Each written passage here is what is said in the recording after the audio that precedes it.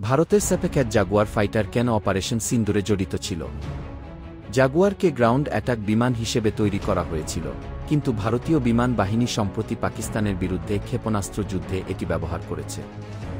ভারতীয় বিমান বাহিনী, যারা সম্প্রতি প্রতিবেশী পাকিস্তানের বিরুদ্ধে এক প্রজন্মের মধ্যে সবচেয়ে বড় বিমান যুদ্ধে অংশ নিয়েছে, তাদের অস্ত্রাগারে কেবল একটি সত্যিকারের আক্রমণ বিমান রয়েছে, ব্রিটিশ ফ্রাসিরা তৈরি স্যাপেক্যাট জাগুয়ার। মূলত হালকা গ্রাউন্ড অ্যাটাক করতে ক্ষমতা সম্পন্ন এই জেট মূলত প্রশিক্ষণ বিমান হিসাবে তৈরি করা হয়েছিল। পরবর্তীতে আপগ্রেডেশনের মাধ্যমে জাগুয়ারকে সুপারসনিক, রিকনেসান্স এবং কৌশলগত পারমাণবিক হামলা করার মতো ক্যাপাসিটি তৈরি করা হয়েছিল। আজ জাগুয়ার, যা প্রথম 1968 সালে উড়েছিল, এটি শুধুমাত্র ভারতের সাথেই সার্ভিসে আছেনি। সাম্প্রতিক ভারত-পাকিস্তান বিমান যুদ্ধে জাগুয়ার অংশগ্রহণ করেছিল বলে জানা গেছে।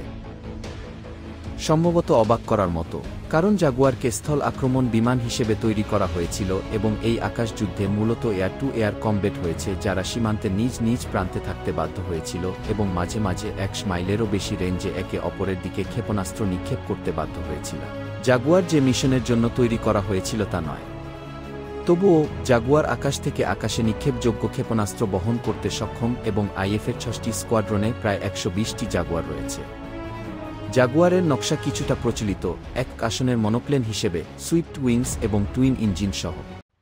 অতিরিক্ত ব্যবহারের জন্য জোড়া ইঞ্জিন স্থাপন করা হয়েছিল, যা আগুনের কবলে পড়লে বা ইঞ্জিনে আগুন লেগে গেলে বিমানের বেঁচে থাকার সম্ভাবনা বাড়িয়ে তোলে। নির্বাচিত নির্দিষ্ট ইঞ্জিনগুলি ছিল রোলস রয়েস টার্বোমেকা অ্যাডোর টার্বোফ্যান, যা বিশেষভাবে জাগুয়ারের জন্য তৈরি করা হয়েছিল। উল্লেখযোগ্যভাবে, অ্যাডোরগুলি মাত্র 30 মিনিটের মধ্যে অদলবদল করা যেতে পারে, যা বেশিরভাগ সমসাময়িক মডেলের তুলনা রক্ষণাবেক্ষণকে অনেক সহজ করে তোলে।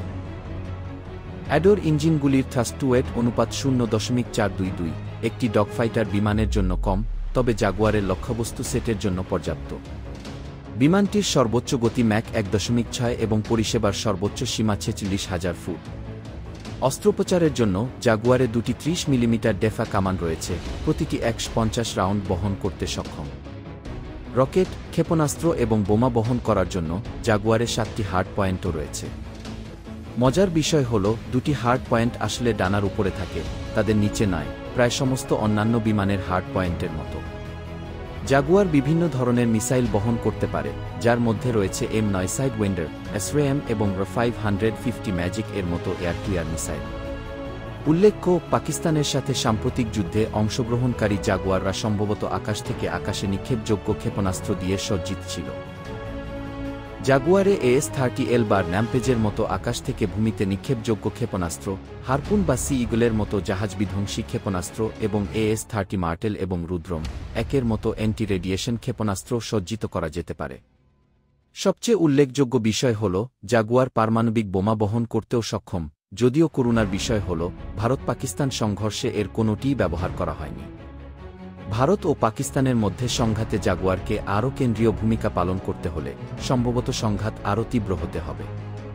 বর্তমানে প্রতিদ্বন্দ্বী বিমান বাহিনী তাদের সীমান্তের দিক থেকে অনেক দূর থেকে অভিযান চালাচ্ছে, এমন একটি মিশন সেট যার জন্য জাগুয়ার উপযুক্ত নয়। যেহেতু ভারত ও পাকিস্তান উভয়ই পারমাণবিক শক্তিধর, তাই যেকোনো মূল্যে এই ধরনের উত্তেজনা এড়ানো উচিত।